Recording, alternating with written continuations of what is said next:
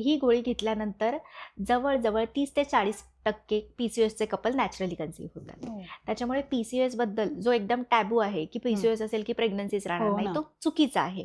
तर IVF म्हणजे काय, ती कोणी करावी, त्याच्या स्टेप्स काय? इरेक्टाईल डिस्फंक्शन आहे म्हणजे फिनाईल हार्डनेस जी हवी तेवढी नाही झाली तर अशा केसेसमध्ये नॅचरल कन्सेप्शन हे कठीण होऊन जातं. जर इरेक्शन प्रॉब्लेम असतील, इरेक्टाईल डिस्फंक्शन असेल तर तर मग लो AMH साठी IVF हाच ऑप्शन आहे का? नाही, अजिबात नाही. मल्टिपल पार्टनर सोबत सेक्शुअल इंटरकोर्स केला तर त्याने इनफर्टिलिटी होते, हे खरं आहे का? ट्यूब्स नॉर्मल आहे, स्पर्म पॅरामीटर्स नॉर्मल आहे, हॉर्मोनल लेवल नॉर्मल आहे आणि तरीही प्रेग्नन्सी राहत नाहीये तर आपण अशा कपलसाठी पहिल्यांदा IVF मुळे मेनोपॉज लवकर येतो का? Exercise also improve sperm parameter and natural testosterone. So exercise खूप इम्पॉर्टंट आहे. ॲटलिस्ट सरोगसी म्हणजे काय, ती कशी केली जाते, त्याच्या स्टेप्स काय असतात? IVF मुळे 100% एखादी स्त्री प्रेग्नेंट होऊ शकते का?